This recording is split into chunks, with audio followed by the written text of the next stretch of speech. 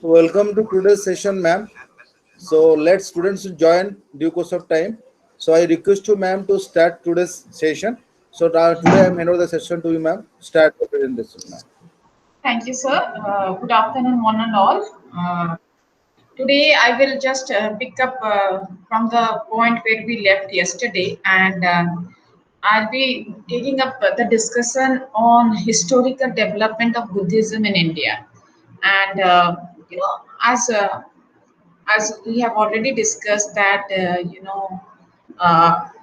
about the very it's quite known to you all about Buddha's life and his death and how his preachings actually it could spread to different not only just different parts of the country, but it could go across the political boundaries of India. And there has been many followers of Buddha, and you find them as wandering ascetics, and if you look at the development, you will see that for the first few centuries, mostly these Buddhist monks, they were these wanderers, and slowly they started settling down themselves in permanent monastic institutions, and there you will see that Buddhism actually could take a different shape once they started settling down. And there has been many political patronage that Buddhism has received, and uh, Asoka the Great, Emperor Asoka from Mauryan Empire, he was the one who got himself converted, and he was quite instrumental in spreading Buddhism across different countries, be it in South Asia or you know East Asia. So he actually had a quite instrumental role. And apart from that, Buddhism could spread from its place of origin, that was in Magadha and Kosala, throughout the northern India. And you will also find its traces in Mathura, Ujjaini in the west, and uh, it was mostly during the early 1900s that you'll find that the Buddhists could make their presence felt, and they had re-established themselves after some of the monasteries were destroyed by some Islamic invaders. And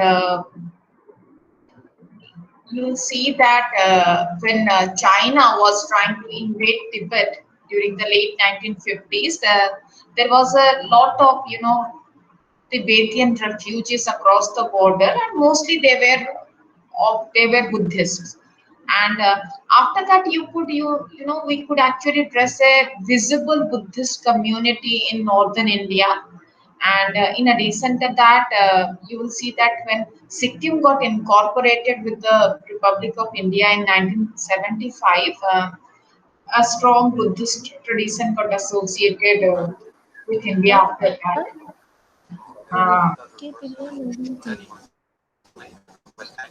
then if we have to look at the diffusion of Buddhism, you will find all through the Southeast Asia, be it Sri Lanka or be it some countries in Southeast Asia. You'll find quite a lot, a considerable number of Buddhists all around.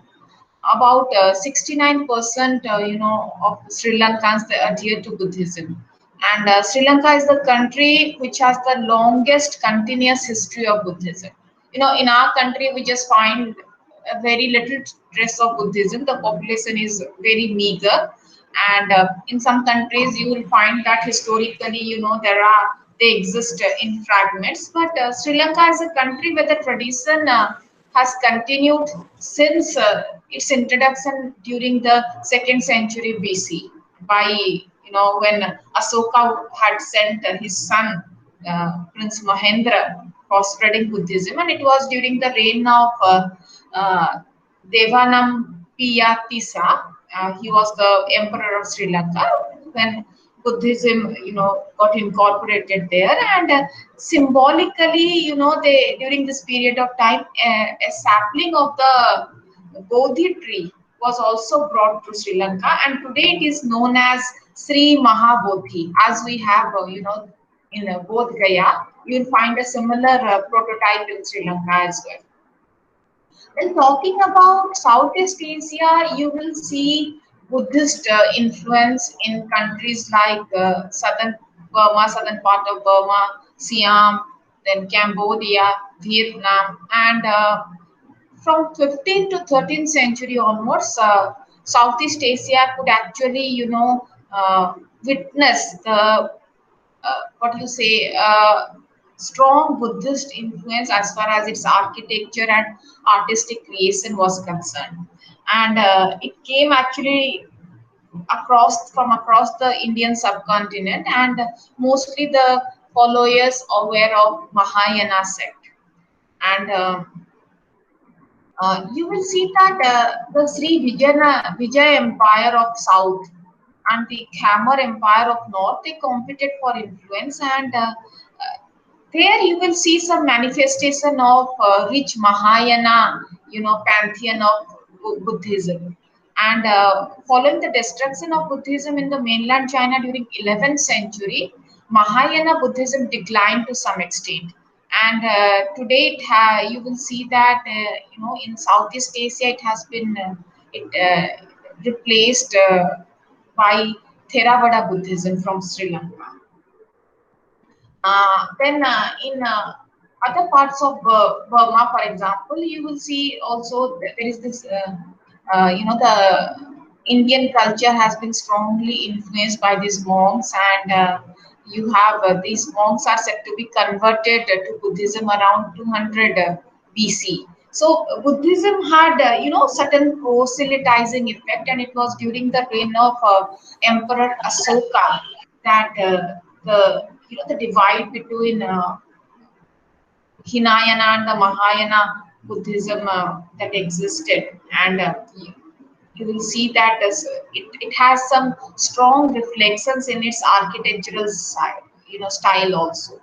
Now, mostly during the post-Gupta periods, you will see that all of the architectures, it has an influence of Buddhism there. And another important place of strong influence of Buddhism is China.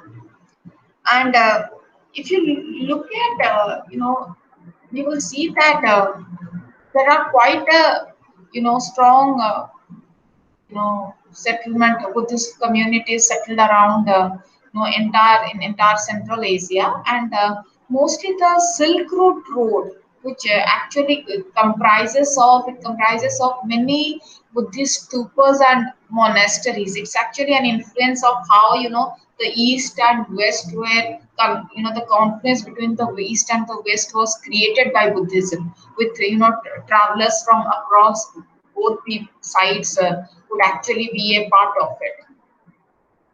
And talking about other Southeast Asian countries, you will see Korea. In Korea, Buddhism was introduced around 372 BC, and there were certain Chinese ambassadors who visited Korean Empire during that time, and it was through them that Buddhism could spread to these areas. And if you also look at certain other countries like Japan, even Japan has quite a considerable number of Buddhist, and it started from 6th century. And the reason being that these Korean monks, they travel to these islands, and together with their scriptures, and today you will find many architectural sites which has a strong Buddhist influence, and it's one of the most popular religion that is followed in Japan today. Then talking about countries like Tibet, Tibetans, they have made Buddhism a way of their life, and they completely abstain from any kind of violence, and the kind of lifestyle that they lead. It actually goes common. It syncs with the Buddhist principles.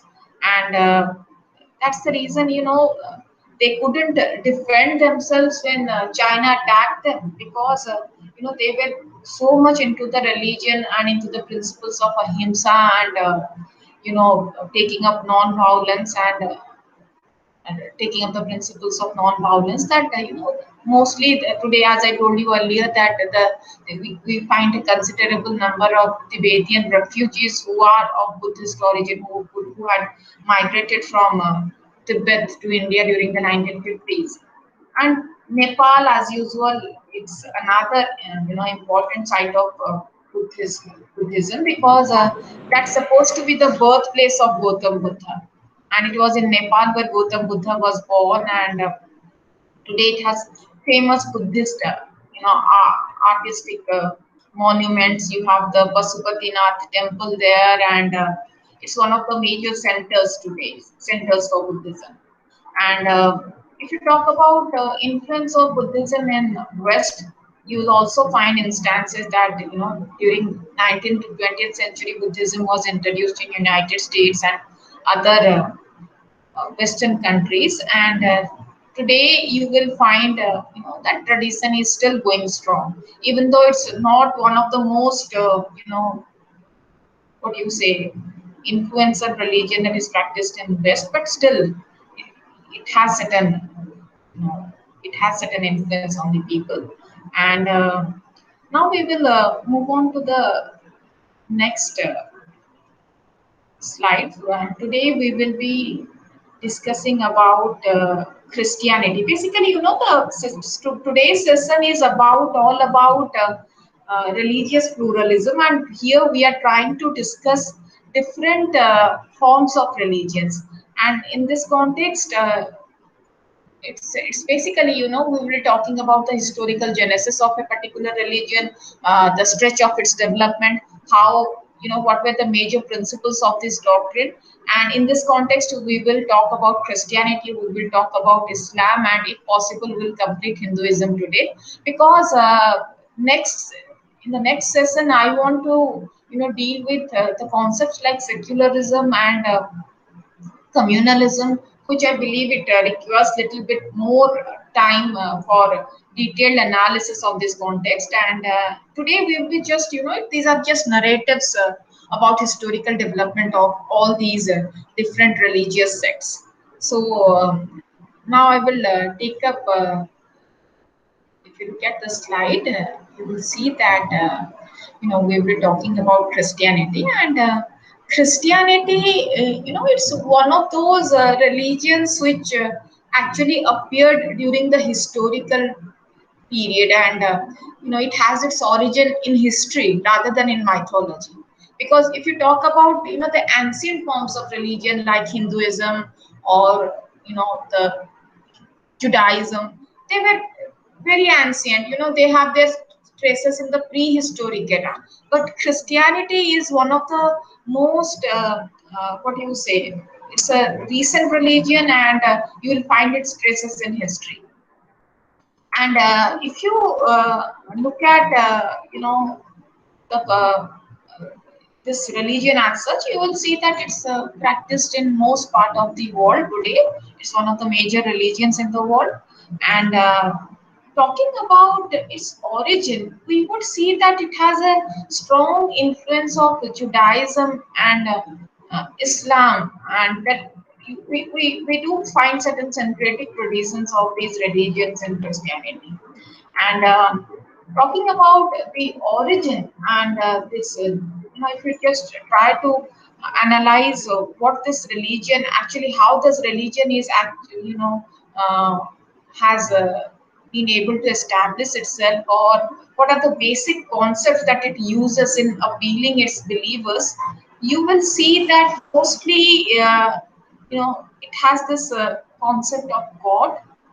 And this concept of God, it's believed that it has been inherited from the Hebrews. And the Christians, they consider that God is the ultimate creator. And God, who is supposed to be the ruler of this world, and he completely governs the world and all human conditions. uh, he actually created man. When I'm trying to say man, it's not in a gender sense, but in a generic sense. You will see that God created man as his own reflection. It's like a prototype of his own self that he sees in man, and it was like his own image that he has tried to send to this earth. And he has a certain will, he has a design which he is trying to implement. And those who are the staunch followers of Christianity, it is believed that they are here to give to respect the design of God, the divine plan of God, and act according to the will of the God. So, in all worldly matters, it is actually the idea of God's divine plan that is getting manifested everywhere. And if you look at the some of the major concepts in Christianity, uh, God is one such concept, and here God is an omnipotent being who is actually present everywhere, because every part of the world is a part of His design. It is His will that is being, carried out. And Christianity believes God as Father. If you look at the New Testament, you will see that uh, Jesus himself, he accepted the gods of the Hebrews like Abraham, Isaac, and Jacob, but at the same time, he recognized himself as the Son of God, and he was trying to, be the mediator between God and man. And if you look at the essence of Christianity, Christianity portrays the father-son relationship to its follower. I mean, God Himself, Jesus Himself, actually calls Himself the Son of the God. So, if you look at the very essence of this Christianity, uh, you do find, instances of a masculine gender here, because it takes God to be a man. God is the father, and fatherhood is one of the important motives of this motive of this religion. And here you will see that Jesus himself believes that he is the Son of God, and at the same time he is trying to, mediate the relationship between man and God. And at the same time, he portrays a father-son relationship to his follower. And if you look at other important aspects of Christianity, you will see that when we say that in some way, if you look at some of the documents, you will see that Jesus has expressed God as Abba, Father, and which is an which is a thing he has picked up from Judaism. And this father-son relationship, it's an important archetype if we talk about Christianity, because every time you have this proverbs like my beloved son, or my the reference to son, it's all across the in the hymns and in the text of Christianity. So that's an important archetypal structure that you will see in Christian religion. And there are other concepts as well. For example, the concept of evil, the concept of evil, which we call the Satan, is actually an important concept, because yesterday we were talking about Levi-Strauss, and we believed Levi-Strauss, being a structuralist, he could see a binary opposite in every social system, every kind of social system that he was trying to study. And the binary opposites that you see, that God is a powerful positive force. Every positive force needs to have a negative force. So in case of Christianity, they talk about Saturn as a representative of the evil, as a negative force. And in the only in the post biblical Judaism that the devil becomes adversary to God. And when God is the evil, that is Saturn, is all that the God is not. So he this in this evil, this Saturn is punished because he rebels against God. He is banished from the kingdom of heaven. And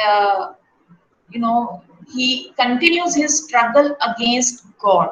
He is trying to revolt against God. And he is he has made it one of his goals to demolish this kingdom of God. And in order to do so, he does it in various ways. Firstly, the Satan, what Satan does, it tries to seduce human beings to do certain sins. It will, it will try to seduce human beings so that they will commit certain sins, so that in the process we end up in devastating God's plan. I told you that Christianity believes that this entire world belongs to God, and God has a divine plan to him. And as followers, as subjects of Christianity, every follower is actually trying to play his or her part by carrying out God's central plan. He has a central design on earth. And what the Satan does, Satan tries to seduce these human beings to commit sins, so that uh, it will disrupt God's plan for salvation. And then he appears before God as the accuser of the saints, and he tries to reduce the number of people or followers who can actually go to the kingdom of God. So this is how Satan is considered to be the major accuser. He's the evil. He is the one who tempts you into evil acts, because whatever is evil, it's attractive. That's also one of the the important points in Christianity. And the evil has various names, like it's called the Satan, the Belial, the Beelzebub, which means the enemy.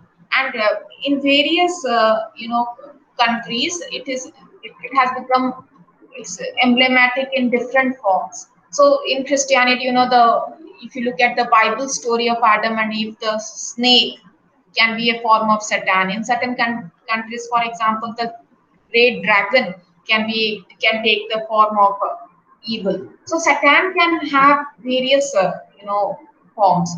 And another concept in Christianity is the concept of evil, sin. Uh, as I told you, God lives in a state of holiness. And in his in his kingdom of heaven, he is actually, it's a place that is free from all kinds of sin. So if you look at the story of Bible, yeah, and I'm sure you all have read or heard about the story of Adam and Eve. You will see that Adam was the one who rejected God, and he tried to be his equal, because God asked him not to take the fruit of the forbidden tree. And he actually, that was considered to be the original sin in Christianity, because that was the the moment when man could actually alienate himself from God. He could believe that he is somebody who is separate from God. And he tried to have a sense of competition with God. He was trying to make himself equal with God. And that's the reason, the once he takes the fruit, and he realizes that he is naked. And he tries to hide from God, because now he is afraid to confront him. And in that moment of argument, Adam blames his woman companion, his wife Eve, that she is the ultimate sinner because she asked us to eat it. And finally, it's Eve who actually blames the serpent, who is nobody but the Satan, for tempting her to eat the fruit that was for, and that actually resulted in the banishment of Adam and Eve from this heaven, and they were sent to earth. And that is how the harsh reality of earthly life begins, because it is on earth that you have to carry the burden of the original sin that Adam and Eve committed. And that's the reason we have to work hard for everything. And that's how the idea of sin is represented in Christianity. And you know, if you look at sin can take different forms. It's seen in the form of loneliness, in the form of death. And sin came into the world through one man, and that one man was Adam. And death also came through sin, that original sin. And that's the reason, as human beings, we all have sinned and we all have to die. So these are, some of the basic, what you say, constructions of Christian belief system. And if you look at their sacred text, that is the Bible, that is the Old Testament of the Bible, was originally written in Hebrew, and it came around some 900 BC to 160 BC, and that is, it was later on translated by the Jews themselves into Greek. And the New Testament of the Bible was written in Greek only. And there are some 27 books of this New Testament which came around 40 to 140 AD. And this, you might have heard of many these short stories of Bibles. There was this program in Doordarshan long time back. Uh, I think Bible ki kahaniya or something. I don't remember the exact name, but it was, it comprised of all the stories that the Bible had. Be it in case, the Jews, the Hebrews, God characters of Abraham, of Isaac. You had all these stories there. So this is how Christianity has actually taken off from that point of time. And an important, again, an important component of this religion is the Ten Commandments. Ten Commandments, is it's there in the Old Testament, and God gives these Ten Commandments to His people through Prophet Moses. And it comes in in various forms, like it says that you will not honor any other god other than me, you shall not kill, you shall not you shall not tell lie, or you shall not have any cases of adultery. So it has about 10 points that is prescriptive for human beings, for the followers.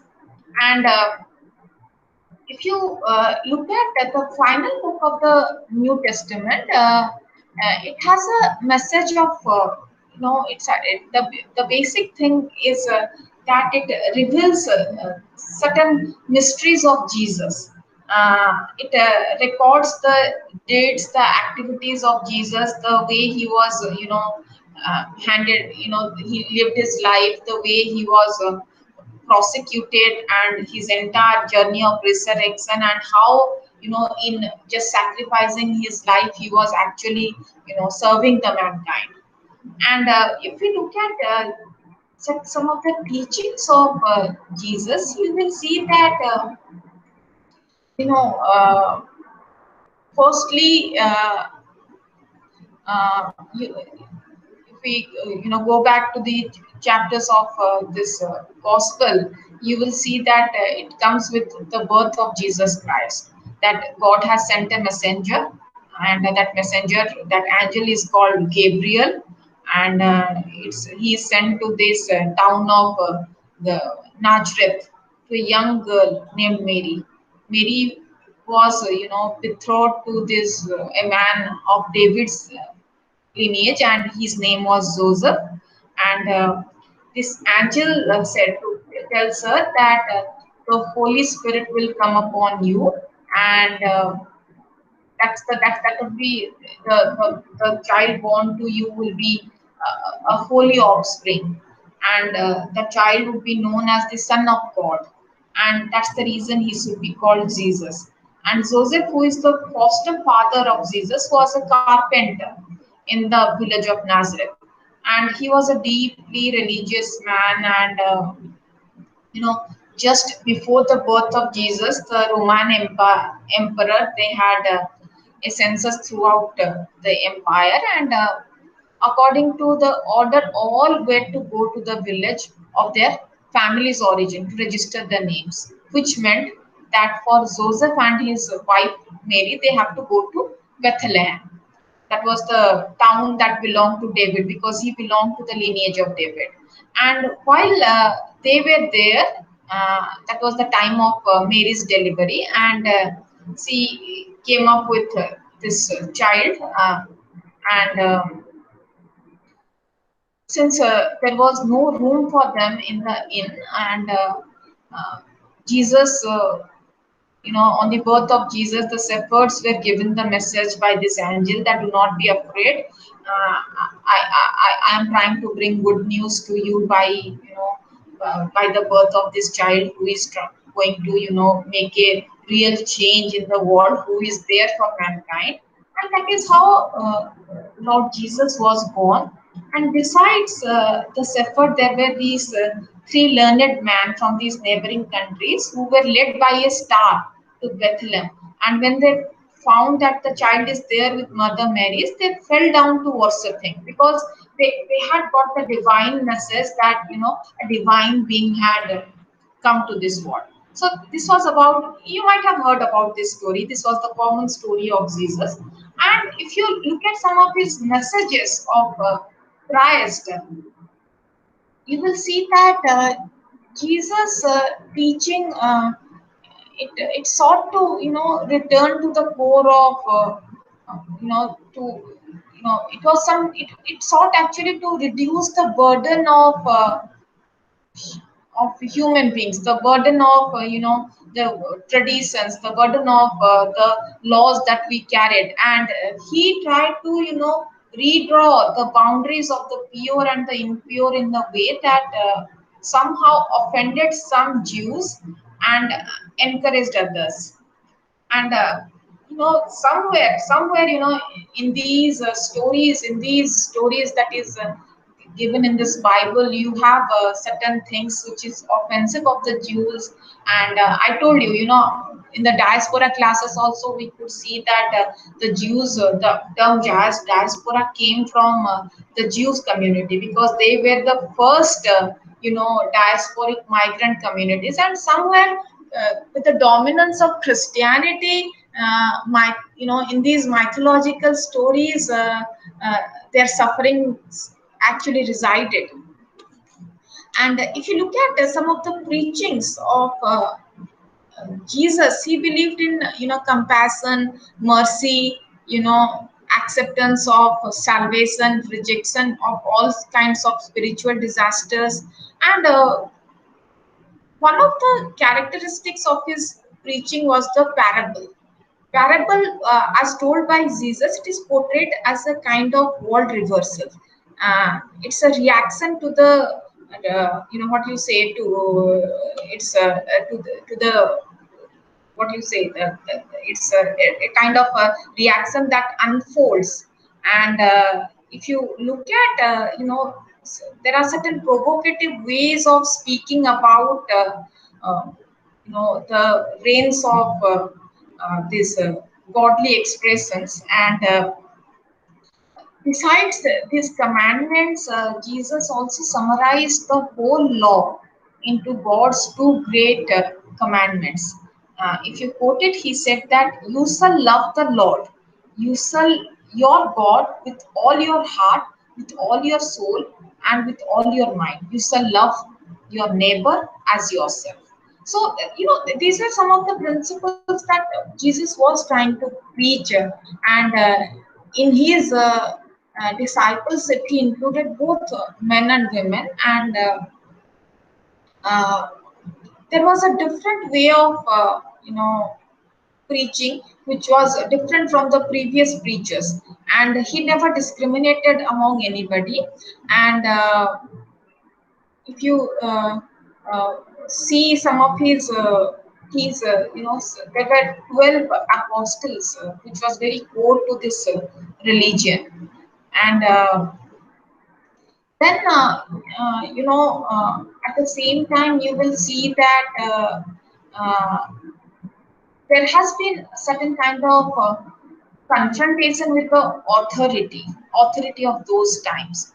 Uh, for example, Jesus actually could draw a lot of crowd, and there were a lot of opponents in the entire process of his preaching, or in trying to pass on his message. He could create certain opponents, and there were certain provocative acts. Certain provocative things that actually went against him. And it's actually very difficult to go back to history and see that how this entire things took place. But this is how how these two communities got separated, and they went against each other. And then coming to the there is this concept of this holy trinity. uh, the trinity of god is defined by church as the belief that god are there in three persons, and they subsist in one nature, the trinity of persons within the unity of nature. So person and nature, they actually go well together. And the Christians, they believe in a kind of a monotheism. And mostly you will see that if you look at this doctrine, it has its foundation in the early Christian communities, and there is this formation of this doctrine of Trinity. It consists of the fact that God comes to meet His people in threefold figure: God the Father, who reveals Himself in the Old Testament; then God as the Creator. He is the Lord of history, He is the Lord of salvation, He is the Judge. Uh, the second figure of Trinity is God the Son. So as Jesus Christ, He comes as a human being. He takes all the suffering. He takes all the blame onto Himself. He dies on this cross, and He gets resurrected. And then the third Trinity is the Holy Spirit, to whom the faithful experience is there as a source of a new life. It's the Holy Spirit is the healer. It's a miraculous potency of the kingdom of God. And these are some of the important components of this Christian religion. And if you look at the establishment of Christianity, I mean, how this religion got established itself, you will see that the early Christian communities, were persecuted on the account of their faith. Somebody who has taken up this faith, they were prosecuted. And it is in the year 1664 AD, when the Emperor Nero set fire to the city of Rome, and he tried to destroy, so that he could rebuild the city to his own taste. And Nero made the Christians a scapegoat, and that is how the Christians were targeted by the Romans, because they refused to acknowledge the gods of Rome. And as I told you, we have in these early biblical stories the tussle between Christianity and the ancient religions of the Hebrews. And here, it has gone through such tumultuous times. And you have this historical fact exists that when Constantine actually won the battle, and it actually it came as a victory for the Christian god. So whenever you in those times, the dividing line between politics and religion was actually bleak. All political struggles can be taken up as some form of religious struggles, or vice versa. The religious struggles were also in some other way the political struggles, and in some way or the other, you will see that this is one of the important aspects of modernity. When we talk about a modern society, you will see that religion actually takes a backseat in a modern society. So that's what secularism is. We will talk about, we'll take up the lesson of secularism uh, maybe tomorrow.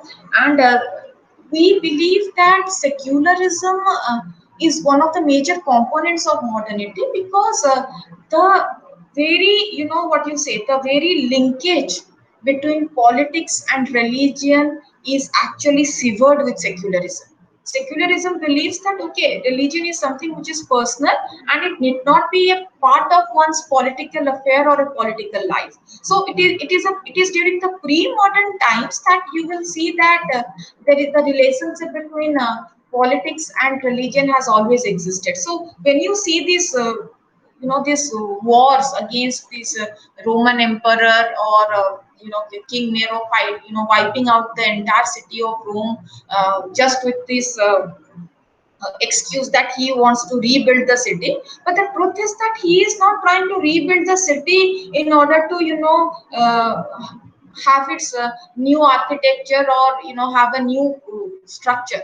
That could be one of the secondary reasons, but the primary reason being that when you talk about this this entire historical event, he was actually trying to target the Christians at the end of the day.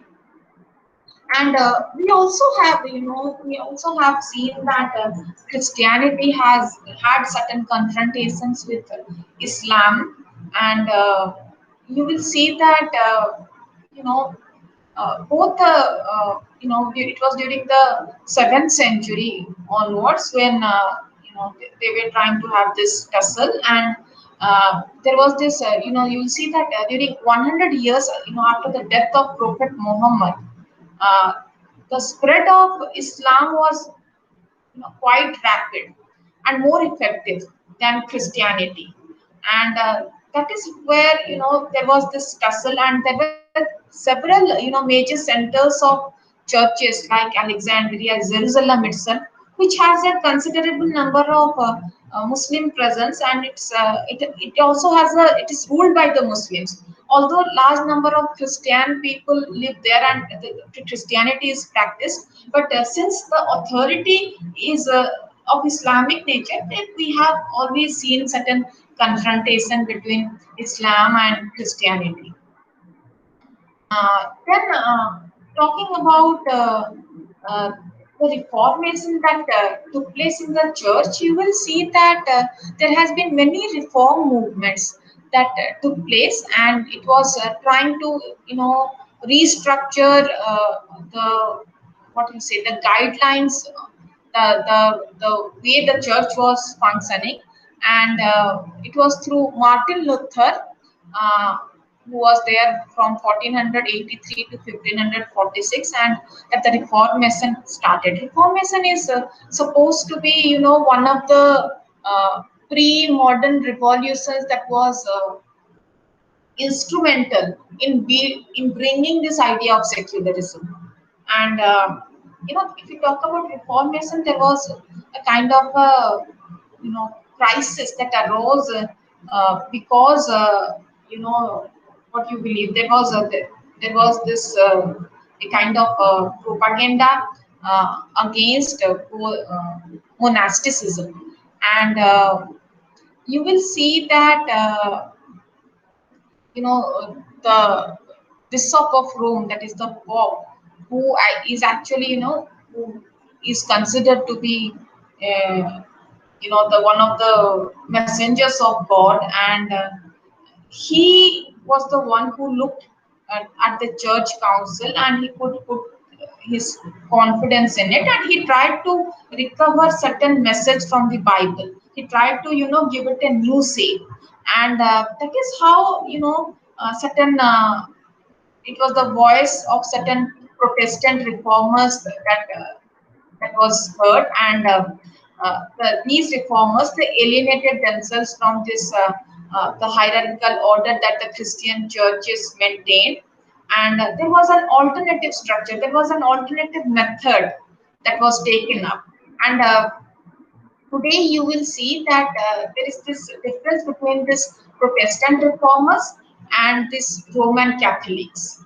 And they all together they take up quite different traditions. They have different ways of doing things. You might have read about Max Weber as to how Calvinism as a sect in Protestantism was responsible in bringing up capitalism. So you will see that the way Catholicism addresses certain issues and the way Protestantism addresses certain issues, there's a difference between that. And if you look at the very ways of life that Christianity tries to preach, you will see that uh, it's basically tries to spread this message of love among all the believers of Christianity, and it tries to exhibit the faith in pulling up the poor and the downtrodden. And coming to the context of India, it was the Prime Minister Nehru had once said that you know, if anyone who says that Christianity came to India with colonial rule, then they do not know the history of India. That's what he had said. Because he believes that before the gospel could spread in Europe, one of the apostles out of the 12 of Jesus, named Thomas, came to South India to spread the gospel. So, it has a colonial base. It was there from the ancient times. And according to traditions, you will see that Thomas could actually build 7 churches in South India, and this is where he was martyred. And the early Christian community in South India, they were quite small, and but they carried on their religion. And it was in the 16th century that when the colonial rulers, the Britishers came, that the second wave of Christianity made its way into the soils of India.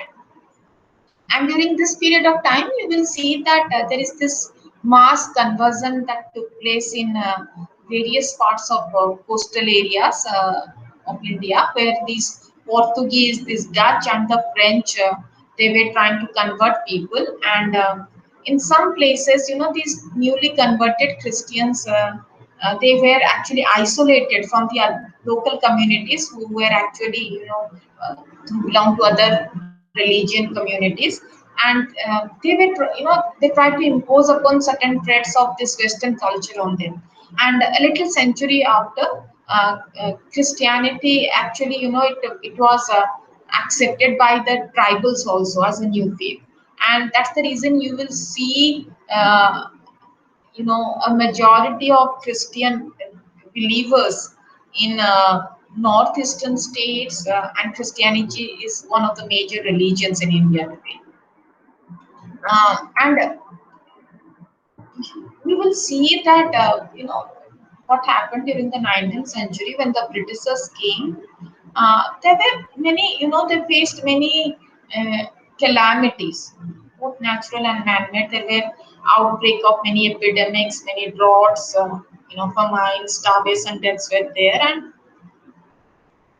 a large population of Dalits and tribals actually, they were hit with these natural calamities. And during this situation, there were these missionaries who had come up with certain asylums for helping out these needy and sick people around the clock, and they were having this community kitchen, and they were able to provide at least a square meal to these needy people. And this it was during this period of time that many tribals and Dalits could accept Christianity. And many lower castes like these Sudras and Abdi Sudras, they were also forced to take up Christianity because of the atrocities that was that was put against them by these upper caste communities in South India. There is this northern community of Tamil Nadu who actually went for a mass conversion. And today in India, the population of Christians is less than 3%. But you will see that they still their contribution in building up a society is immense because they are the ones who are still running educational institutions. They have their own hospitals which comes under their organization, the religious organizations. There are many such institutions that they are still running, and it's one of the egalitarian religion that doesn't speak of inequality. And for Indians, if you look at this age-old caste structures and the way lower caste were treated, for them Christianity came up as a refuse, as a new refuse, it gave them a new lease of life. And in that context, you will see that today many sociologists and anthropologists they believe that even though these there is some problem with the converted Christians to their lives because those who belong to the lower caste and who could convert themselves into Christianity, they still, occupy the lower rungs in the Christian society. Even if there is no caste system in Christianity, you will see that some sort of this stratification order has started appearing there because of this conversion from Christianity. And then you will also see that this caste-like structures that is building up in this Christian religion. It's actually affecting them. Even though the original structures of Christianity doesn't talk about such a stratification, you will find Christians practicing these discriminatory things. So somewhere there is this influence of a Hindu way of life on the Indian Christians. So that was about Christianity, and I will take up the next section that is on what do you say uh, Islam. So we will just briefly try to discuss the units on Islam, and we will try to look at its origin, its genesis, and some of its influence in the society. And if you look at Islam, it's applied as a term for those who have faith in the Quran. Quran is supposed to be having the true words of God, and that is the Allah, and it's transmitted to the humankind as a revelation through their messenger. As for Christians, it was the Jesus. For Muslims, it was Prophet Muhammad. So the term when we say that the believer of this faith is a Muslim, the term Islamic it actually denotes certain cultural and social settings for the people who follow Islam. That is, it's Islam. Again, if you look at the, the practices, it's again a historical phenomena which was conceived in Arabia in the early stage of the 7th century. And regarding its genesis, you will see that it separated itself from the uh, it separated itself from the original Arabic background, and it has certain syncretic elements with Christianity as such. And today if you look at especially southwest Arabia, which is a civilization in itself, and it has one of the most it's the hub of Islam. And there are many sectarian division within Islam, and it actually was practiced after the death of Prophet Muhammad. So the sect which holds the succession belongs, to the Quraysh, that is the Prophet's own tribe. They were called the Sunnites, and those who believe that succession belongs to Imam are the Shiites, or there, and that's the reason you have the Shiite Imams and the Sunni Caliphs. That's the two sects that you find in Islam.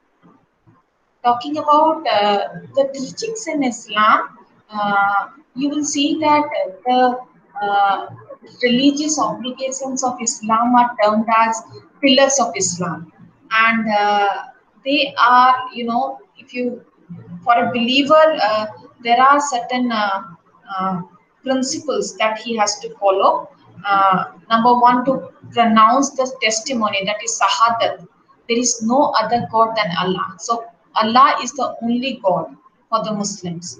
And if you look at the ritual prayer that is namaz, it is performed 5 times a day with certain intervals. That is at dawn, during noon, afternoon, sundown, and sunset, and late evening, and facing towards Makkah. So namaz is, it's every individual's obligation to practice it, and it is a must.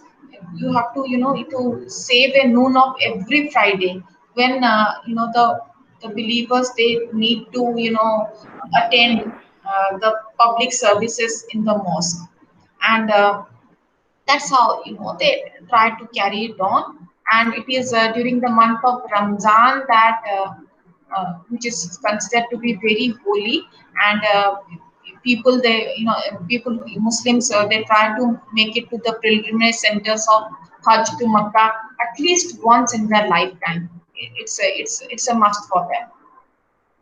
And apart from that, we have certain other concepts in Islam. You will see that it recognizes the basic, the validity of Judaism and Christianity.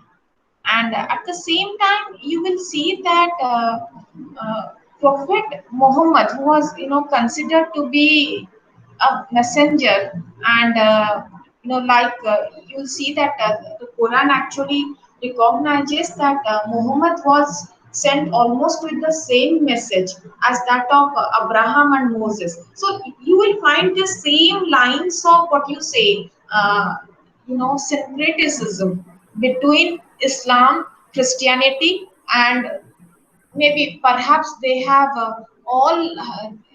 It's they have somewhere or the other, they have certain threads connected with the Hebrew religion, because there are instances of these references of Moses, of Abraham, in both Christianity and Islam. And at the same time, you will see that uh, you know uh, there is uh, this Quran, which actually is relatively more significant to the Muslims, and in terms of, when you try to make a comparison with other scriptures, like that exists in Christianity or Judaism, it has a more stricter way of achieving certain principles that's exhibited here. Then at the same time, you will also see that just a minute. I I have said. Uh,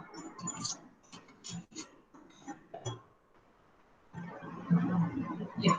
So you will see that when I'm talking about the very tradition in Islam. Uh, there are certain stricter principles, and they believe that it's a must. It's a must to them. It's followed with certain austerity, which you may not find in any other religion. And coming to its origin, the most important person that was Prophet Muhammad. You know. If you look at the history, you will see that uh, it was around 570 AD that Makkah was invaded by Yemen, and its invasion was not successful because the army was well equipped with elephants, and that is how it was known as an era of elephant in the history. And in the same year, Prophet Muhammad was born to a small clan uh, in a tribe called Queris, and his father's name was Abdullah. And perhaps the word Allah has come from the name of Muhammad's father, Allah, because from Abdullah, Allah, he is the son of uh, Allah. And as I told you, uh, like Jesus, Muhammad was considered to be the messenger of God. And you will see that the influence on Muhammad is not known, as he died before the birth of, you know, Muhammad. And when you talk about his father, Abdullah on Muhammad was not much known. There is a critical situation here because this Muhammad was he lived the life of an orphan.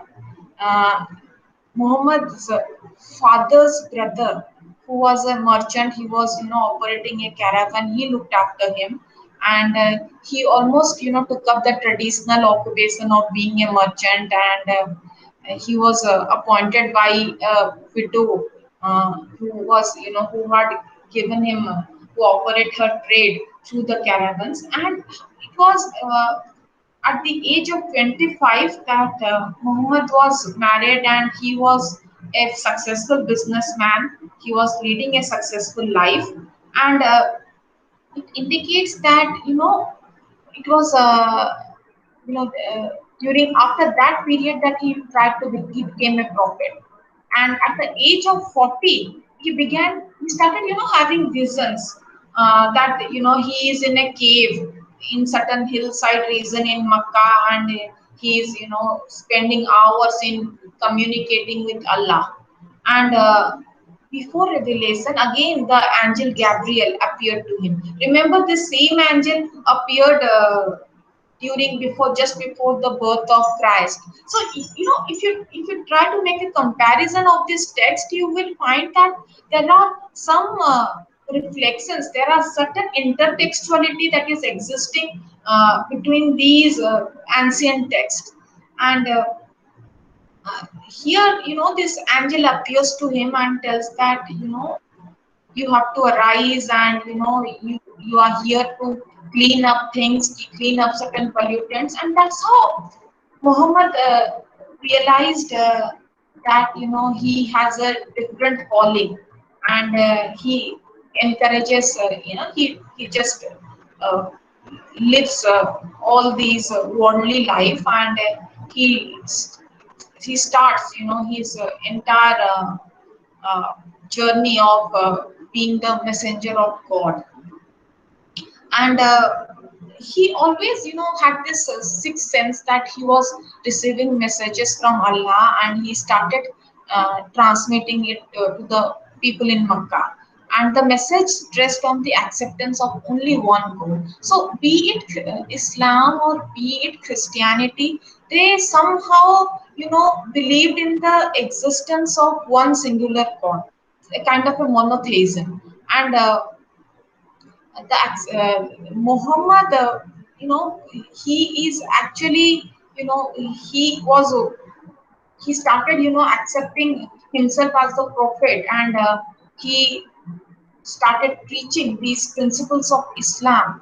And he initiated actually his principles against the age-old practices of idol worship that existed in Kaaba, and many people in Makkah started registering it. That what this man is trying to do, he is trying to pollute our religion. So basically, he was putting an end to the older practices, the older ways of religion that existed in those times. And even in times of economic crisis, he has always uh, been condemned that okay, this is the man, maybe because of the reason that he has taken up certain new practices. So that's the reason we are we have to face such critical times.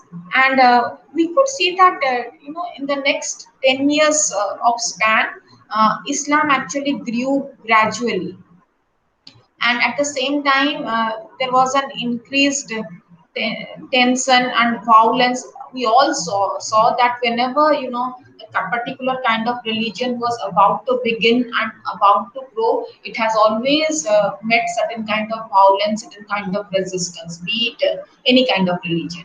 And now you will see that it was almost impossible to sustain without the support of a state or support of any bigger clan. So when you are trying to start a new religion, you need a good follower, a good number of followers. And you will see that at one instance, a non-Muslim master attempted to torture his Muslim slave of black race called Bilal. And Bilal was forced to lie down on ground, and heavy stones were piled on his chest. But he was emancipated by a Muslim who purchased him from his old master.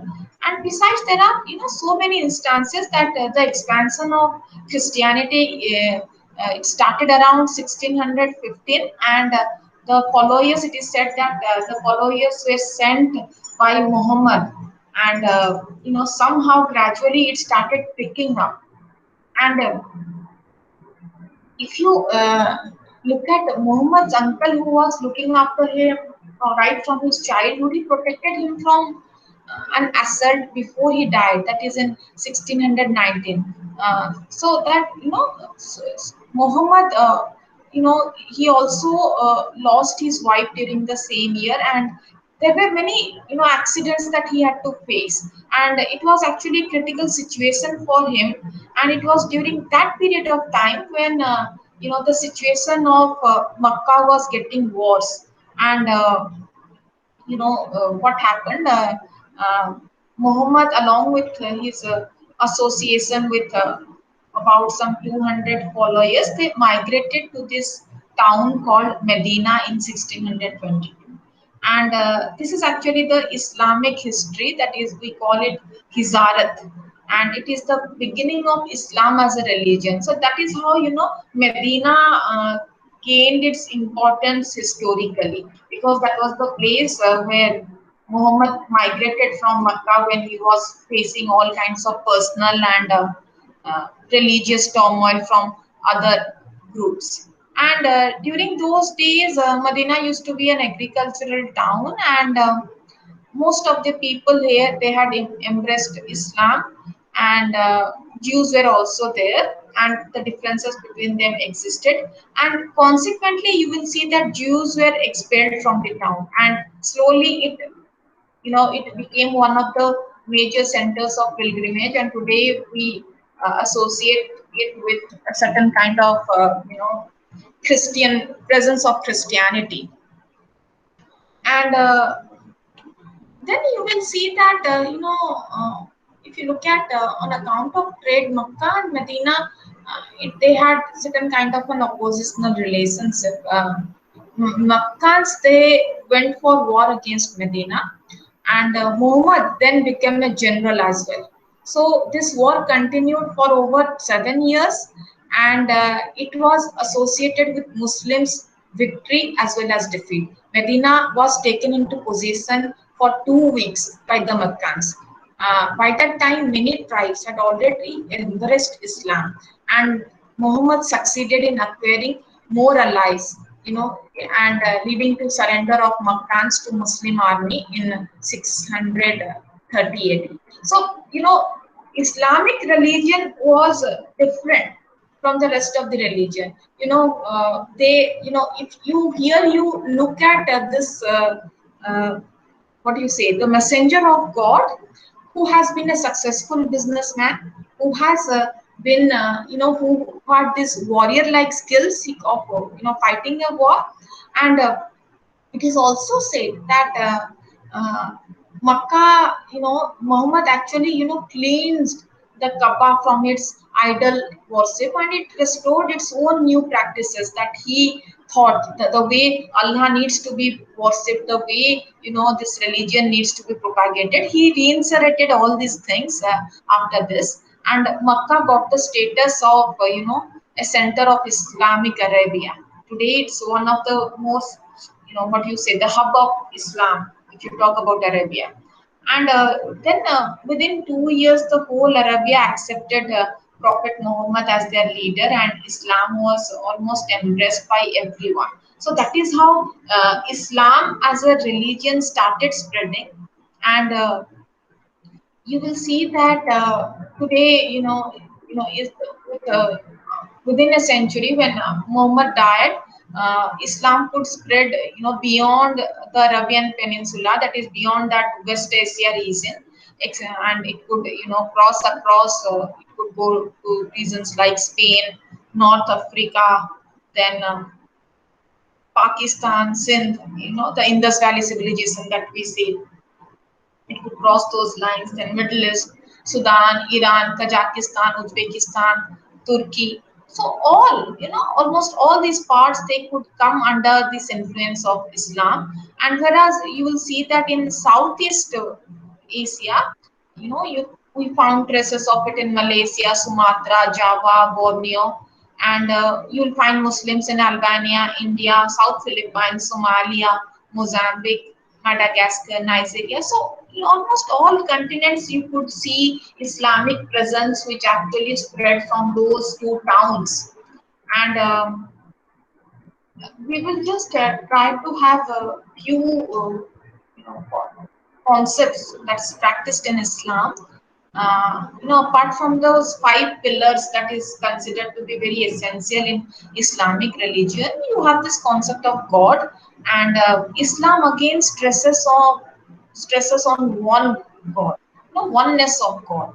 So it says that there is no God but Allah. There is just one God. That is monotheism, unlike Hinduism. And Muhammad, who came from this polytheistic society, not only removed idols, he also, he could actually satisfy people that, it's meaningless to have these idol worships. And that is why Islam actually, it has certain motives, it has certain archetypal figures in the form of curve, or it draws images of God at the place of worship. But these are not, permitted inside the mosque, and uh, it actually values these archetypal, what you say, signs, rather than taking up certain idol worship as a practice. Then there is this concept of revelation in Islam, which stresses that God tries to communicate through selected people. These are the chosen ones through whom God tries to reveal Himself. And God has already done it in the past also, and He is it tries to take the names of the Hebrew gods like Noah, uh, Abraham, Moses, the characters that you have already read in Bible, and Jesus. These are some of those chosen person through whom God is trying to reveal Himself, and through them God has given a certain kind of principles so that people can follow here on earth. And they are the they are like the messengers. So the Quran actually pronounces two words to refer to these prophetic people or personalities. The first is called Rusul, means messenger or an apostle. That is Allah. This term was used in Sahada for Muhammad, who is a Rasul, again, who is a prophet, a messenger, and the second is Nabi. Nabi is a prophet which is used only for Prophet Muhammad. So the use of Nabi also, appears to be absent in the earlier prophetic revelations. So he is actually trying to create a separate, what you say, a place for Muhammad, because Muhammad is again different from other messengers because he is not a Rusul, he is the Nabi, and the emergence of a Nabi is very rare, and the status is only given to Muhammad.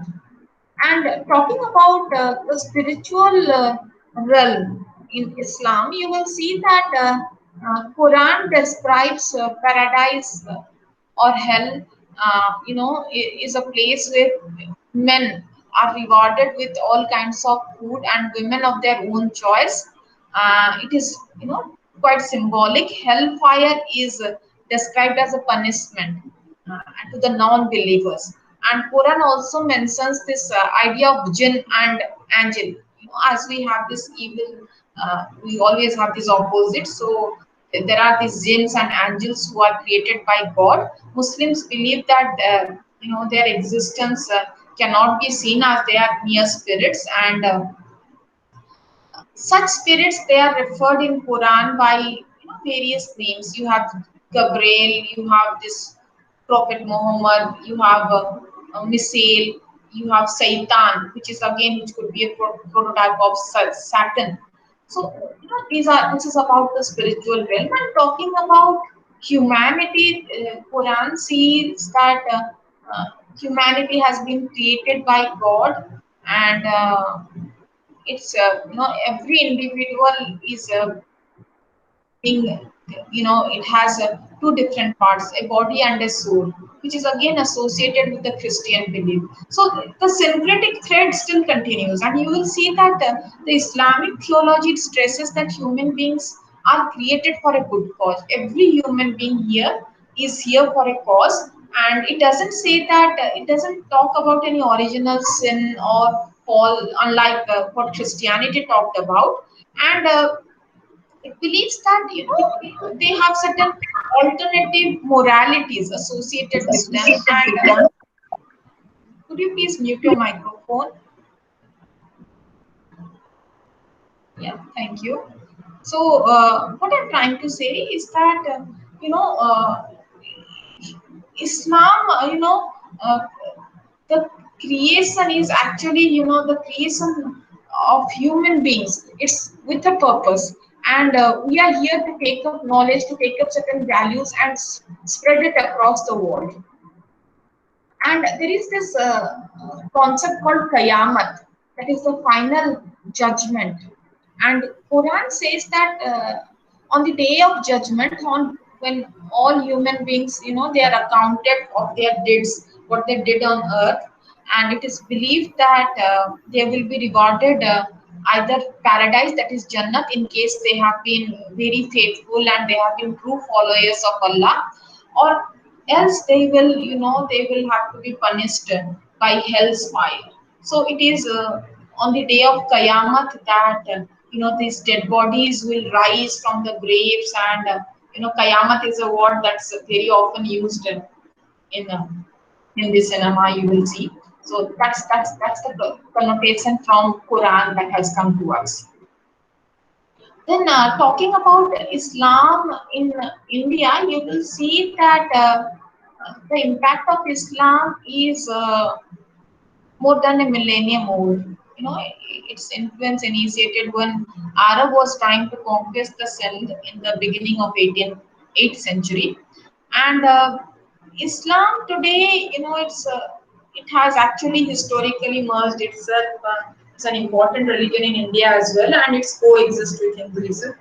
They are, they have their own, both these religions, they have their own traditional worldviews, and the values which Islam has is quite holistic, and ideologically the principle of inequality in the form of caste is not accepted there.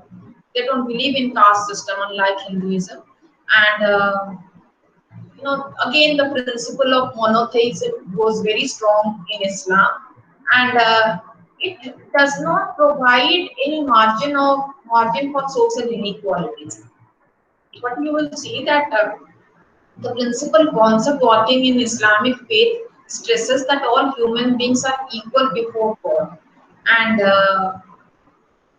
mostly Indian Muslims suggest that the Hindu social structure, which actually inequality is a part of the Hindu social structure. It's not there, and but at the same time, today you will see certain kind of hierarchies still permeating within these Islamic structures. Ashraf always maintains their social distance from the converts, because those who have been converted into Islam, the Ashrafs are especially the ones who believe that they need to maintain themselves, and in terms of they try to maintain the social distance in terms of marriage, or in recognizing them or giving them equal status. So somehow we believe, like as we told that in Christianity caste system never existed, but slowly with conversion certain kind of inequality started permeated within the structure. We saw that though Islam does not recognize any hierarchical caste structure, but Muslims do follow these kind of inequalities when it comes to the converts, and they perform their traditional caste rituals and continue to remain engaged in their traditional occupations. And today you will find that there is a kind of heterogeneity which is found in among the Islamic community from Arab to Indus, and there is a case of social inequality in these cases, and you will find that Indian Muslims, they have somehow accepted caste.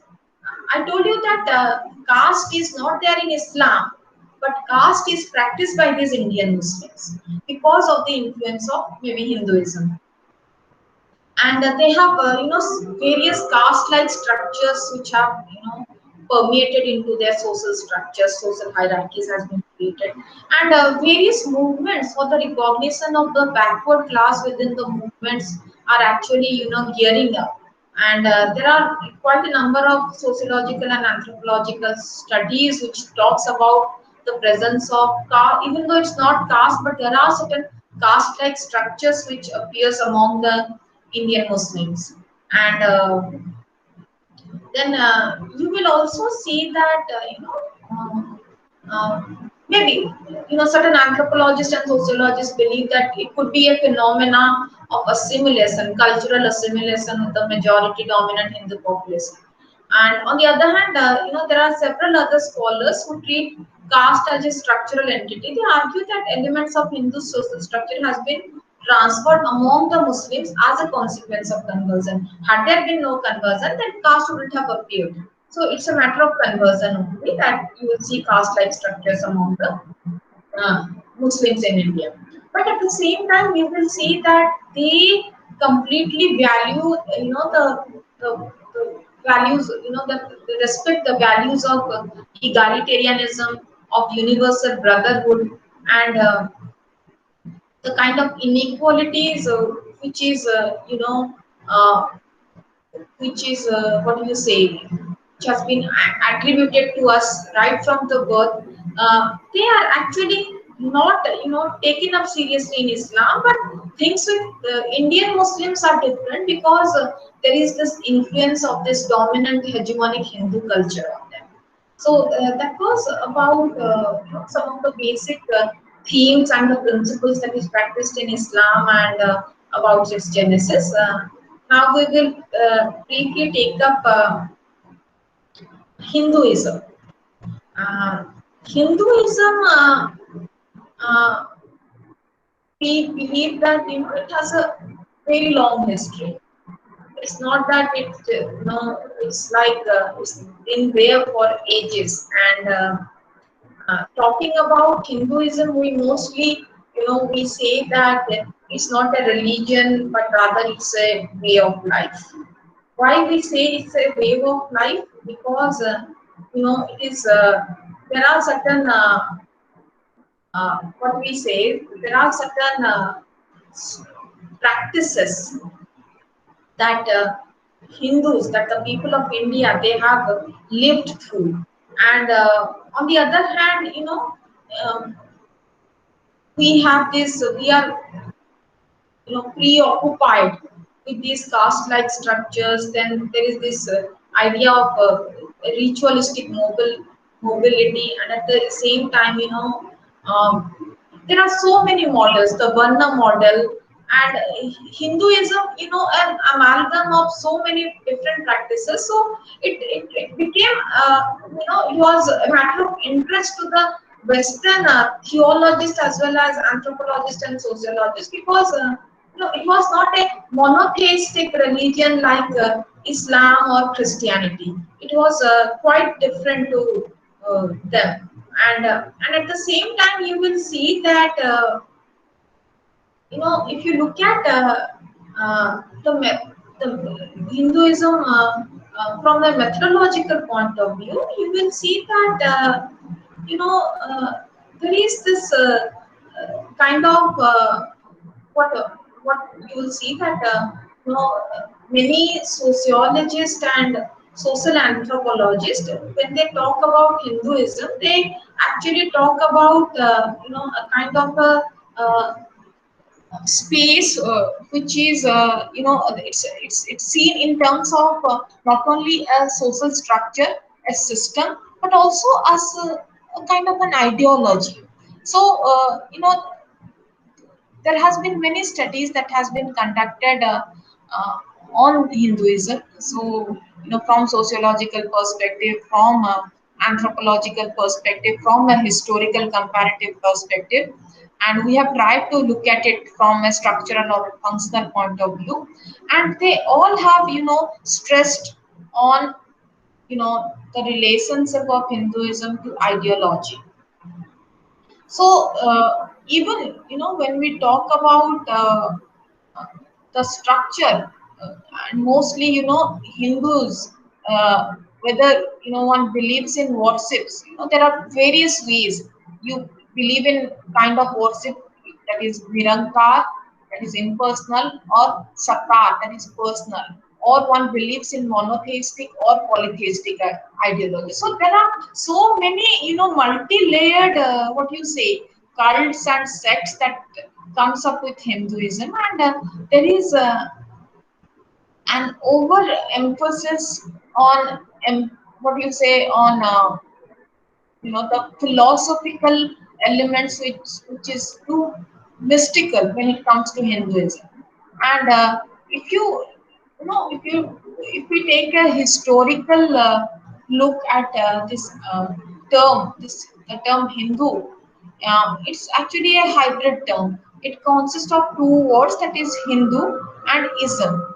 So when we talk about this term ism is always taken in a derogatory sense, because it's used in a context. It is used for a kind of what you say, distinctive doctrine or a practice. And so see, it's a religion, we call it a religion, and at the same time there is this idea of a ism. When you say like ism is like, it can be anything, it can be a capitalism, it can be, ism is like an ideology, it can be a doctrine or a practice. So there is this confusion over this term, and it does not actually express a state of quality. It's the life of a Hindu. It has certain ideological resources, it has certain structure, and it has certain ways. So, coming to a conclusion on as to how to explain Hinduism uh, with its multi-layered, what you say, myriads of sects and practices, it was quite a Herculean task, because I told you it's not a monotheistic religion. And when I say monotheistic religion, I not only refer in terms of certain religious practices, certain ritualistic practices, but also when you talk about the philosophies, the ideologies in Hinduism. They are so diverse and they are so vast. So here you will see that Hinduism stands not for a way of life, but for the way of life of the Hindus. So who is a Hindu? The pertinent question was, who is the Hindu? And you know, mostly the term Hindu, if you look at it from a linguistic point of view, it has originated from the river Sindhu. That is, it is said to have had a Persian ancestry, just as the term India, and it is said to have a, just as India is said to have a Greek ancestry. So the river Sindhu, Indus in Greek, is referred to the early definition of Hindu and India. So that's where we have a very ancient kind of a what you say. It's originates from a very ancient civilization, and again this religion we don't no, it's not a it doesn't appear in a historical phase like as Christianity did, and it has a very long history, and if you know the term we know it originated with certain geographical connotation because we are trying to associate it with a river and with a land, and at the same time you will see that with the advent of the followers of Islam, that is the Mughals, the Turks, the Persians, this connotation actually received uh, a kind of a contrasting dichotomous what you say meaning, because when you are trying to put it the Hindus against the Muslims, a kind of dichotomy was created after the arrival of the Islamic followers.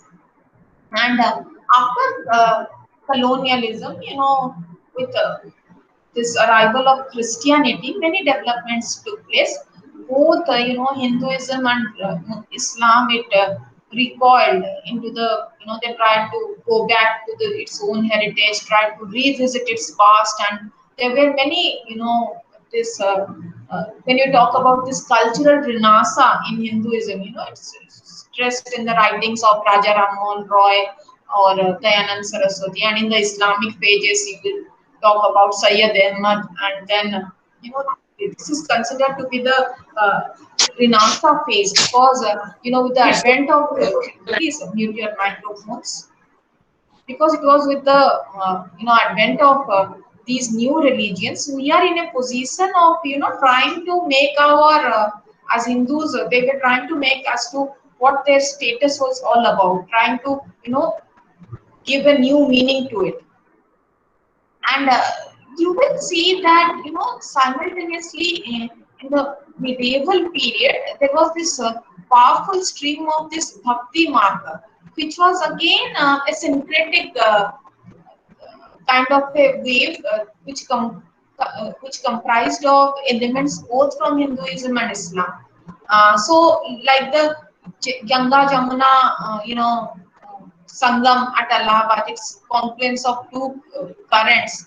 You will see that Sagun Bhakti and Nirgun Bhakti. Sagun Bhakti was a traditional revivalistic, trend, and it's evident in the writings of Tulsidas, Ramcharitmanas, or uh, Anand Bhavan Bhuvans of Ramdas, Shivaji Guru's work, and then you have this it's also you have this propounders of this bhakti cult, and uh, there is this existence of this Advait and Dait.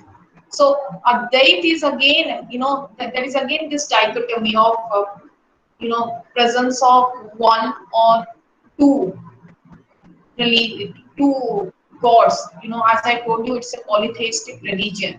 So Hinduism actually, it encompasses so many multi-layered, what I will say, multiple philosophies, multiple idols, multiple guidelines and outlines of practices. So it was, it was was an amalgamation of different things, because everything would pass under Hinduism. Talk about the Bhakti movement, talk about the different sects that comes under Hinduism with their own strategies or practices. So and everything, it's an umbrella term. Hinduism was like an umbrella term, and that was again a kind of difficult scenario for a sociologist, anthropologist to comprehend, because here we are not just talking about social structure like religion. We are at the same time dealing with a kind of a way of life. We are dealing with an ideology. We are dealing with multiple practices, and there were so many streams, so many waves of currents coming up, and both syncretic and non-syncretic waves which has passed its path. So that is how we relate to Hinduism. And talking about you might have read about M.N. Srinivas' concept of Sanskritization, and he believed, it is believed that there is some kind of relationship between Sanskritization and Hinduism. Here you will see that Sanskrit, the word, it's like, since Sanskrit language is considered to be a language of the elites. It's the language that was used by Hindu religion. It's being an ancient language. It became quite dichotomous to non-Sanskritic ways. So, be it non-Sanskritic languages or non-Sanskritic practices. So, when you are trying to differentiate between Sanskritic and non-Sanskritic, things actually become very confusing. Because what is Sanskritic and what is non-Sanskritic? Because everything passes under the umbrella of Hinduism. And you will see that in what you say, uh, there is this dichotomy of Shastra and Lok. Shastra means, you something that is textual, and something that is Lok is something that is practiced. For example, you might have heard of the perspectives. You might have read it also in your Indian sociology paper, Indological perspective. And the perspective that was taken up by scholars like M.N. Srinivas and all, that is the structural functionalist perspective. You will see that as Indological perspective, the kind of perspective that scholars, for example, like Gure, G.S. Gure took up. He was trying to understand Hinduism from the Shastras, from the text. So he started saying that, okay, caste structure is hierarchical, this is that. So what he was trying to pronounce, it was only from the text. But if you look at the practices, you will see that there is a difference between what is there in the Shastra, what is there in the text. It is different from what is actually practiced by the people, so by the Lok Katha. And that is how you have the writings of M.N. Srinivas, that how it became prominent, because Srinivas, he talked about caste from certain field practices. He actually never read, because if you look at the background of Mure was a Sanskrit. He was a Sanskrit master actually. He was a he had a very good command over Sanskrit, and he was able to read the original text, and from those texts only he could have he could compile his ideas on caste or Varna and race. But if you look at Srinivas actually visited these villages, and he was trying to look into the practices of people, because you will not hear terms like Sanskritization or dominant caste. You will not have these features in your Shastras. They will not appear in your Shastras, because that is a matter of the local. That is a matter of the field view. What we say, the field view and the book view. So the Shastras were, trying to project the book view. So today, when we try to make this dichotomy between Shastra and local, it is, we are trying to, create this linkages between Sanskritic and non-Sanskritic. For example, I don't know. Suppose I will say that animal sacrifice. is it Sanskritic or it is not? Some people will say yes, in some temples animal sacrifice is given and it is a Hindu practice. But some staunch core Hindu believers would say that no, it is not Sanskritic because it is not there in our shastras. So this this very idea of certain things becoming Sanskritic or not, that was a matter of debate and what do you say, debate and discussion during the colonial times when we were talking about the cultural renaissance. For example, people like Raja Ram Mohan Roy. We have given him this tag of being the most modern man in modern India because he was instrumental in banning sati from India. He was instrumental in educating women of India and putting an end to child marriage or having recourses for widow remarriage. So he came up with many novel practices, and he was actually he was not. It was very difficult to convince the people of those times that sati is a bad thing because they don't find it barbaric unless and until it is there in the shastra. Shastra re kohuchi mane seta nischay tar kichi gote mahatva achi. So he was not challenging Sati by saying that it's barbaric because it is inhuman. He was trying to say that this is not Sanskritic. সেটা আমার শাস্ত্রে direct নাই, it has been misrepresented and misinterpreted, কোটি গোটে ভুল রহি যাইছি বুঝিবারে. This is the term that was actually গোটে agnaya or something, I don't know. I'm not able to pronounce it properly. There is a misinterpretation of that term. ଯୋଉଥିରେ କି ଯାହା ମାନେ କି ୱାଇଫ ଟା ହଜବେଣ୍ଡ ର ସାମ୍ନାରେ ରହିବା କଥା, ଯୋଉଟା କି ଅଗ୍ନାୟକୁ ସେମାନେ ଅଗ୍ନି କରିଦେଇଛନ୍ତି, and that is how sati pratha came up. ତେଣୁ it is not Sanskritic. ତେଣୁ what I'm trying to say, the dichotomy between Sanskritic and non-Sanskritic was quite what you say important in Hindu religion. And normally when something is Sanskritic, we try to associate with the shastras. Something which is non-Sanskritic, we try to associate it with the locus. So India developed these categories of this loka and these shastras to explain its unity and diversity, because as I told you, Hinduism is an umbrella term. Everything passes off as an Hindu religion. कोठी बळी पडला भी हिंदू, कोठी तमे जदि पूरा उपवास करूଛ without with all austerity, that is also a Hindu practice. So how do you differentiate it? So this dichotomy, it seems to be more relevant when we are talking in terms of Sanskritic and non-Sanskritic practices. And this is where we try to take up things, pick up lines as to how Hinduism can be interpreted. And if you look at this idea of Sanskritization, as I told you, it has certain close association with Hinduism, or you can say Hinduization. You will see that it's a concept. Please mute your microphones. Please mute your microphones. Yeah. So what I'm trying to say is that when I'm talking about this term Sanskritization, it's a perspective where we believe that you know we just talked about the idea of conversion that existed in Christianity and Islam. Hinduism doesn't have these practices, but we have something like Sanskritization, which is which according to Srinivas would be a kind of an imitation of the upper caste practices on the part of the lower caste, so that over a few generations they can pass off as a upper caste.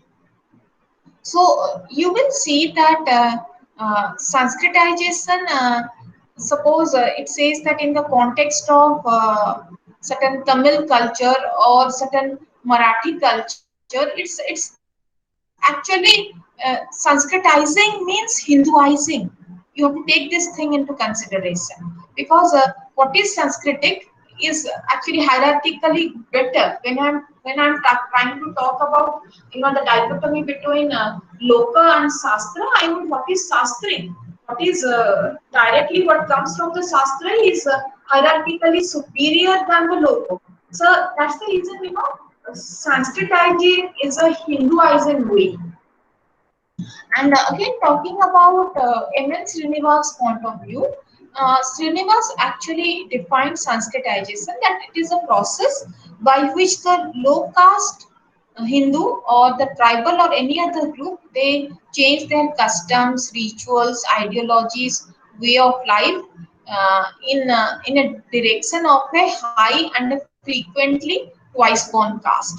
So, generally such changes are followed by a claim to a higher position in the caste hierarchy than they have traditionally, conceded to. So, over a few years, few Excuse generations, me, ma'am. yeah, yeah, Ma'am, it's yes, low caste or less dominant caste, according to MS low, Srinivas. low caste, you can say low caste.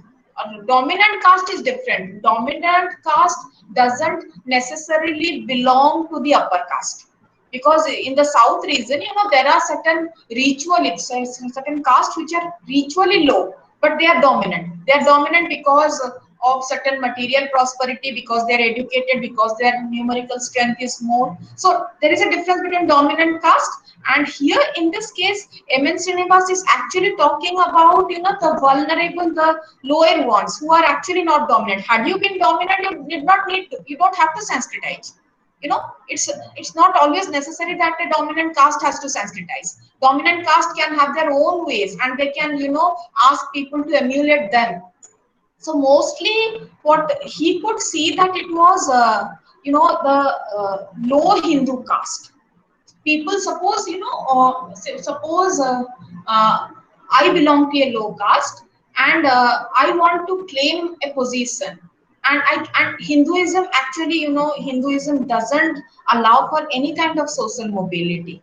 It will say that once you are born into a caste means you will die with your caste name. The caste, anything can change in your life, but not your caste. So it was too very suffocating for these low caste people, because I will not get that kind of respect, or they will not allow me to do anything. So, and I cannot change caste structure. It is so very rigid. So what I will do, for example, I will stop eating non-veg.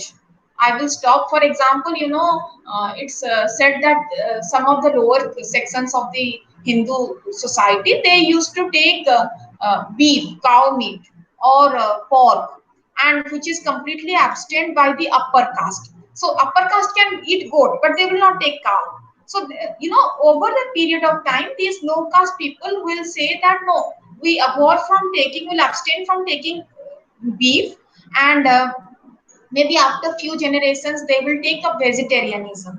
ତାପରେ କିଛି ଦିନ ପରେ ଗୋଟେ ପଇତା ପକେଇଦେବେ।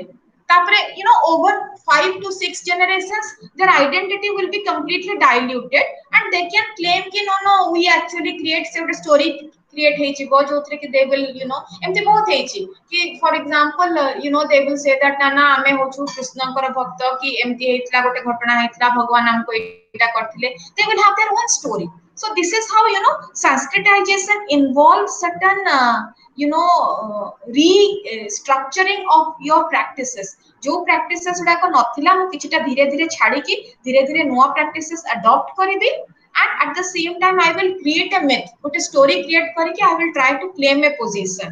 तमे normally तम text book रे पढिथिबो जे Sanskritization is a structural change, or it's not a structural change. गोटे क्वेश्चन था स्ट्रक्चरल चेंज की कल्चरल चेंज। स्ट्रक्चरल चेंज माने you were talking about what a structure is. So when you are talking about structural change, we have to talk about a change in the basic institution. जदि आमे caste system रे आमे कहिबा कि जे नाइ ब्राह्मण टा सबटु hierarchically superior हबनी, कि शूद्र टा सबटु lower caste हे कि रहिबनी, सेइथरे किछि चेंज आनि परिबा, ताहले आमे structural change कहि थांते. But Sanskritization, what they are doing, this caste system टा as such रहिछि, they are just claiming a higher position. से माने तांको cultural change आनुछन्ति तांको भितरे, तांको practices change करछन्ति, and in the process they are claiming a higher position in the caste system. So it is called that it's just a positional change. So when nijo position ko ye karle, but access they could not affect caste structure. Caste as a structure remained as it is. So that's the reason, from Srinivas' point of view, Sanskritization was a kind of a positional cultural change which actually allowed certain low caste people to claim, a caste, a higher caste position. And in this process, a certain kind of mobility would actually creep into caste structure. So जो mobility जोटा कि दिसुनथला जमा caste society रे. And here you will see that the behavior of the dominant caste of the region. Again, dominant caste is a different concept. Dominant caste does mostly dominant caste ritually upper caste ye ru asanti, but it's not necessary that the dominant caste will always come from the ritually, upper caste positions. They can vary. And here you will see that, Sanskritization actually created a kind of a mobility which was completely absent in the caste system of the Hindus. And then, what Srinivas would say that dominant caste, he explains that dominant caste is the caste which carries a lion's share in the socio-economic political resource of region. So, किछि भी हे पारे. For example, आमे कहबा कि जे ओडिसा रे dominant caste Kota हे पारे. Maybe आमे कहबा कि जे it's the upper caste. But dominant caste are not necessarily share हो रहिबो सबबेले. For example, Andhra Pradesh रे, I think Kammas and the Reddys, they are a dominant caste. They are not ritually very high, but they are the dominant caste. So dominant caste is a new entity. It's not necessarily drawn from the ritually high castes. And that is how Sanskritization is actually a way of Hinduization. Hinduism रे हमर conversion नहीं. जोटा कि Christianity openly कहला कि जे आपके से convert कला, Islam openly convert कला. But we, adopted these practices because once you are born into Hindu means you will die as a Hindu. But we actually, had evolved these practices like Sanskritization, which can bring certain mobility in the society, in the caste society. And talking about, dominant caste, any caste, mostly it is the Brahmin, the Kshatriya, the Vaishyas who actually, form a part of the dominant caste. And Srinivas is actually, he is trying to, interlink Sanskritization. He says that Sanskritization gets interlinked with this Varna model of dominant caste, and he is trying to differentiate the Varna model. Like he says that there are three models. That is there is this Brahman model, there is this Kshatriya model, and this Vaishya model. And there are different models where these lower caste they can actually emulate, ताकि imitate करी परिबी. Either mo Brahman अंग भलिया एमति पूजा पाठ करी कि mo ritually high status claim कर परिबी, नॉले Kshatriya model गोटे अछि, there is a Vaishya model. I can depend on any of the dominant models of the region. Sei region रे जोटा dominant थिबो, I can ascribe to those practices. So he says that it's a kind of a cultural change. And when Srinivas is actually talking about this Varna model, he is, trying to, say that mostly they are actually the reference group for other castes to follow. And in his scheme, the empirical possibility of dominance of Sudra model is absent, though it is also a reality. Hey, pare, jodi gote society re gote Sudra te dominant thanda, today we would be having, a Sudra model. एमती बहुत models भी अच्छी. We talk about tribalization, we talk about माने गोटे छोटो dominant caste को भी लोक emulate करिवार बहुत examples अच्छी. So, to Srinivas, being an enormously complex and anarchos phenomena, Hinduism actually defies to lend itself a definition. I told you, it's such a vast religion. It's like an umbrella term. Sabu sects, sabu practices, it's a different philosophy, so many different ideology. Everything comes under Hinduism. So it became very difficult to, I define this religion. And however, we all believe that it has a long history because religions like Christianity, which emerged during this historical point of time, it has its mythological origin and it has its both vertical and horizontal spread. And if you talk about the structural basis of Hinduism, it lies in its caste structure. It has its own rituals, its beliefs, which could be Sanskritic and which could be non-Sanskritic. जोटा कि मैं कहली तम शास्त्र and loka. This division is always there in Hinduism. And then you have all kinds of taking Islam. Islam completely said no to idol worship.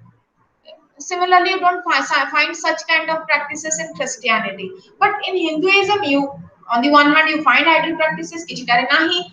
It's amalgamation of so many different philosophical schools of thought and so many schools, different practices. So here that's what Srinivas says that it has its subtle nuances. It plays in a very subtle way, and that's the reason it's very difficult to define Hinduism.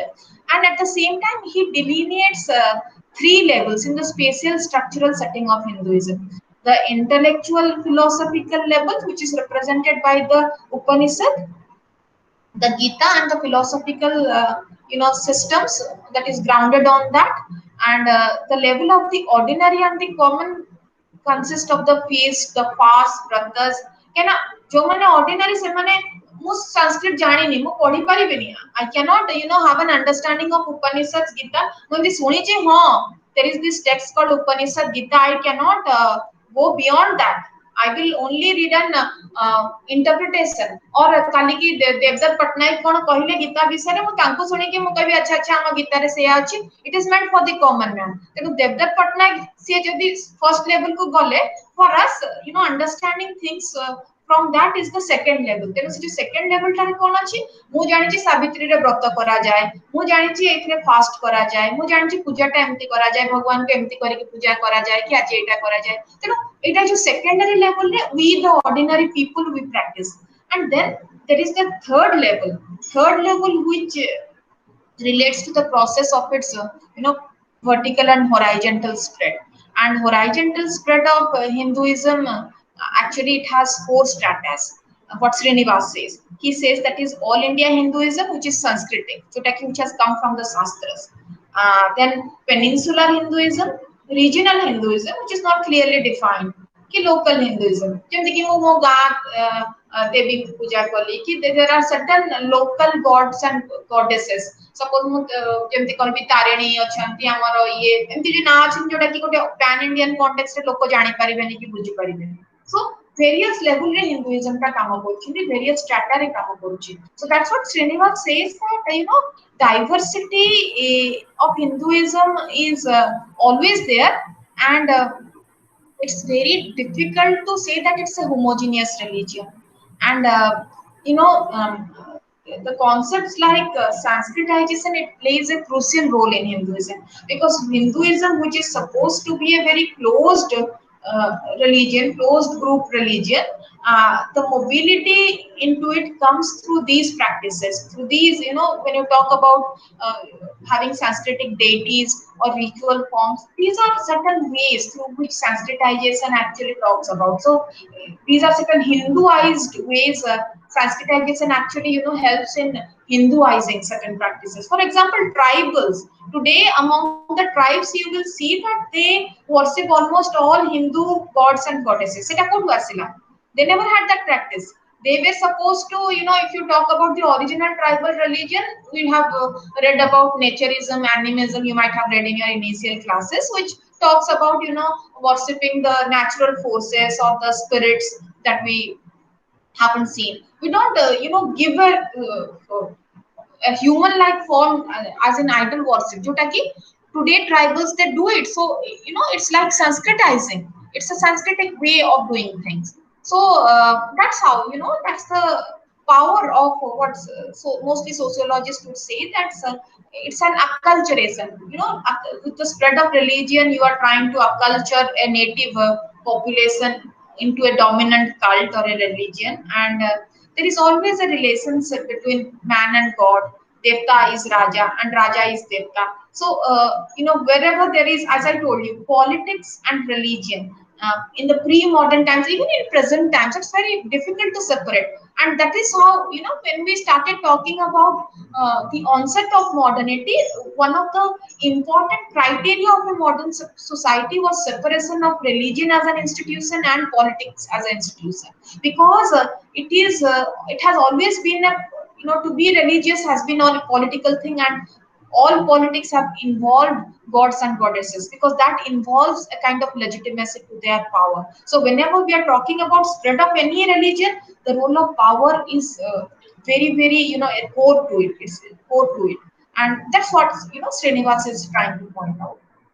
So we will stop here. Maybe tomorrow we will take up the remaining part on Hinduism, and then I will move on to certain important concepts like secularism and communalism. And maybe we will stick to those two concepts, because I believe it's really important when we are talking about religion in the present day context. So I will wind up right now. Santosh sir, yeah. For this. Okay, ma'am. Thank you very much. Students, any questions to ma'am, or will you end up the session? Sir, I have a question, sir. Yeah, Okay, please. ask her. Ma'am, it's not question, just clarification I needed. Mm-hmm. So you talked about Sanskritic as well as Sanskritization. These two are two different concepts, right? And Yes, Sanskritic, what means what Shastra allows us to do. yes, And yes, Sanskritization, according to Srinivasan, is like where less dominant caste or the low caste people, they imitate the lifestyle of the higher or yes, twice born caste. yes. But ma'am, so in this context, so I'd like to know कि ଯେତେବେଳେ ବି ସେମାନେ higher ଯେତେବେଳେ claim କରୁଛନ୍ତି କି ସେମାନେ higher status ସରି higher caste ର status ଟାକୁ ସେମାନେ ଯେତେବେଳେ କ୍ଲେମ କରୁଛନ୍ତି ତ Hmm. ସେଥିରେ କଣ ନୋ ଡାଉଟ୍ ସୋସିଆଲ ମୋବିଲିଟି ହଉଛି, ବଟ୍ Hmm. ମ୍ୟାମ୍ ସେଇଟା ସୋସିଆଲ ଆକ୍ସେପ୍ଟାନ୍ସ ହେଇପାରୁଛି କି ସେଇଟା? सोशल एक्सेप्टेंस ओवर ए जनरेशन हबो, सपोज एई जनरेशन रे मते लोक चिन्हि छंती, मे बी 4-5टा जनरेशन परे मु कंफ्यूज कर देबी जे मु को कास्ट को बिलोंग करथली। मु बीफ खाउथली गोटे पॉइंट ऑफ टाइम रे, मु बीफ छाड़ देछि, मु पूरा पूरी वेजिटेरियन हे जाइछि। 3-4टा जनरेशन परे मोटे पइता पकेलेनी, तापरे मु शूद्र कहबिनी, मु कहबी नाही नाही आम आडे ब्राह्मण न कहले भी मु कहबी खंडायत माने पइता पकांती, एटा पकांती। तेनो it will lead to a state of confusion, जो कि गोटे चेंज होची, गोटे मॉडर्न वेव पड़े आछि, you are migrating tomorrow, maybe when you are away from your village, you are in a different society, you can claim a new status for yourself when it comes to caste. सेटा होची sanskritisation रो benefit when we talk about social mobility. What my point? Yes, ma'am. Okay, ma'am. Thank you very much. Thank you, student. So tomorrow we have 2:30 class. Okay. Okay, Thank you, sir. ma'am. Thank you, sir.